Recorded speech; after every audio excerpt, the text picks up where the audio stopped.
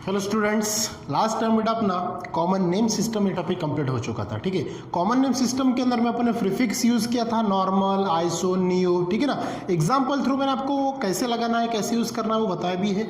I think आपको समझा और आपने प्रैक्टिस भी की होगी। ठीक है, अब moving forward next topic is that IUPAC nomenclature system. ठीक है, अब जो नेक्स्ट वेज है, जैसे मैंने आपको बताया था कि कॉमन नेम जो है बेटा वो लिमिटेड लोगों के लिए होता है, जैसे मैंने आपका निक नेम बताया था। लेकिन ये जो आईयूपीएसी नोमेनक्लेचर है ये सभी वर्ल्ड में, यूनिवर्स में यूजेबल होता है। उसका नाम ये सिस्टम से आपको लिखना होता है। ठीक है, तो सबसे पहले अपन आईयूपीएसी का लॉन्ग फॉर्म अगर देखते हैं तो वो आएगा बेटा आपका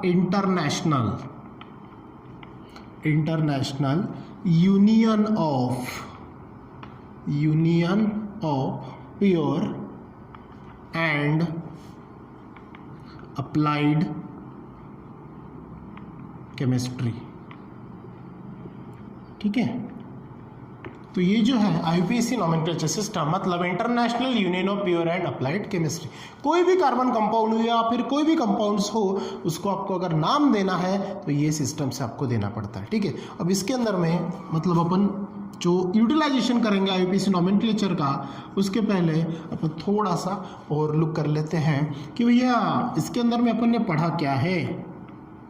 सबसे पहले अपन ने पढ़ा बेटा अल्केन, फिर क्या पढ़ा अल्कीन, ठीक है, और फिर क्या पढ़ा अल्काइन। पढ़ा है आपने। ठीक है,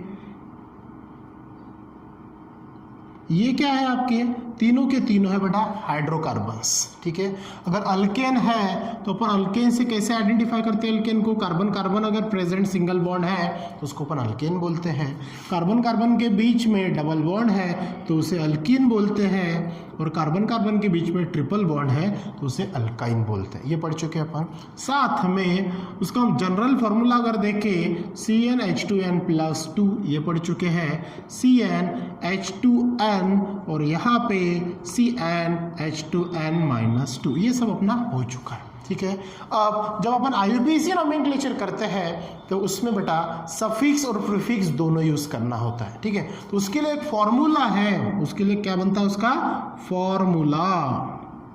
आईयूपीएसी नोमेनक्लेचर में एक फॉर्मूला आता है, जैसे ध्यान में रखो, वो आएगा बेटा पहला प्रीफिक्स, फिर आएगा आपका रूट वर्ड, और फिर आएगा सफिक्स। ये तीनों का मिला के, क्या बोला मैंने, ये तीनों का मिला के आपका जो नोमेनक्लेचर है ये वर्क करेगा आईयूपीएसी नोमेनक्लेचर। अब प्रीफिक्स में क्या लगेगा, रूट वर्ड में क्या आएगा, और सफिक्स में क्या आएगा। प्रीफिक्स जो अपन कॉमन नेम में पढ़े वो प्रीफिक्स अलग होते हैं, आईयूपीएसी नोमेनक्लेचर में प्रीफिक्स अलग होते हैं। ठीक है, बाद में रूट वर्ड तो आपको अच्छे से पता है, थोड़ा सा ओवरलुक अगर अपन कर दे ये रूट वर्ड की तरफ, तो एक कार्बन है तो मिथ, फिर इथ, फिर प्रोप, फिर ब्यूट, फिर पेंट। जैसे एक कार्बन है, दो कार्बन है, तीन है, चार है, पाँच है। ठीक है, सीरियल नंबर वाइज ऐसा ही था आपका। अगर 6 देखे तो वो था बेटा हेक्स, 7 है तो वो था आपका हेट, 8 है वो था आपका ऑक्ट, 9 है वो था नोन, और 10 जो था वो था आपका Dick.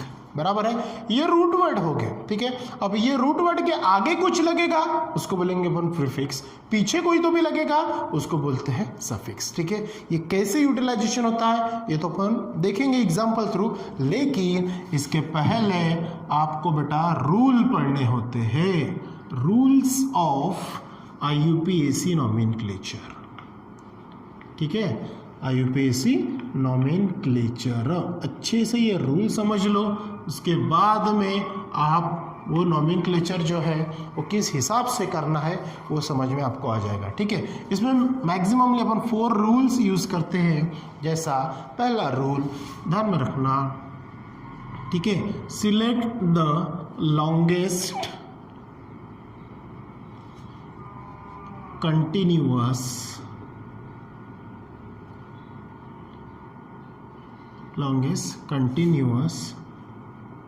Chain of carbon atom.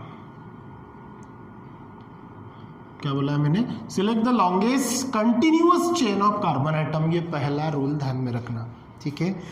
Carbon की जो भी चेन आप सिलेक्ट करोगे तो वो चेन के अंदर में आपके जो कार्बन एटम्स है वो कंटिन्यूअस होने चाहिए और लॉन्गेस्ट होना चाहिए।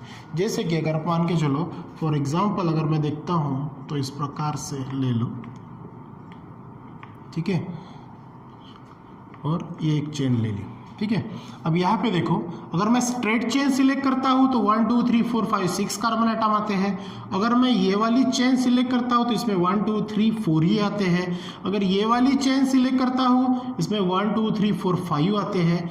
ये वाली इसमें 4, ये वाली इसमें 5 और ये अगर मैं स्ट्रेट वाली चेन अगर सिलेक्ट करता हूँ तो इसमें आ रहा है बेटा 6। तो अपन कौन सी चेन सिलेक्ट करेंगे? इसमें यहाँ पे वो देखो ये पहली चेन अपन ने सिलेक्ट की, ठीक है, बाद में ये दूसरी चेन सिलेक्ट की और ये तीसरी चेन सिलेक्ट की। अगर ये वाली चेन सिलेक्ट करते हैं इसमें 4 कार्बन आते हैं, ये वाली चेन सिलेक्ट करते हैं इसमें 5 आते हैं, इसमें आते हैं 6। तो अपन कौन सी चेन सिलेक्ट करेंगे? ऑब्वियसली जो चेन के अंदर में maximum number of carbon atom include हो तो वो चेन अपन क्या करते हैं? सिलेक्ट करते हैं। समझ में आया? इसी हिसाब से अपन क्या करेंगे? लॉन्गेस्ट चेन सिलेक्ट करेंगे, ठीक है। तो पहला रूल समझ में आया, क्या करना है आपको? Select the longest continuous chain. कैसी होनी चाहिए? Continuous chain of carbon atom होना चाहिए, ठीक है। दूसरा बेटा, दूसरा रूल क्या है? फाइंड आउट बॉन्ड और any functional group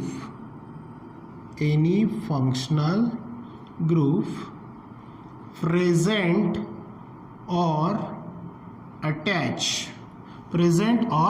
attach of carbon in selected chain या फिर इन चेन बोल सकते हैं अपन, ठीक है। आपको करना क्या है? जो भी चेन आपने क्या की? सिलेक्ट की, वो चेन के अंदर में आपको फाइंड आउट करना है कोई बॉन्ड तो प्रेजेंट नहीं है या फिर कोई फंक्शनल ग्रुप तो वहां पे अटैच नहीं है, ठीक है। क्या बोला यहाँ पे?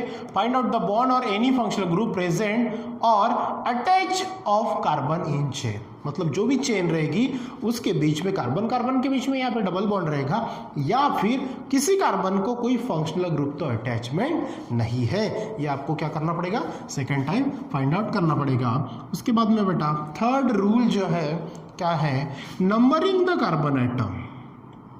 क्या है? नंबरिंग द कार्बन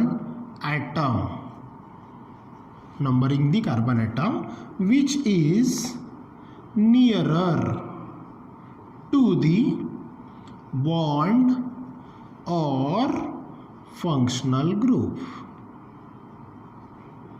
ठीक है। ये हो गया आपका थर्ड रूल। क्या लिखा है इसमें?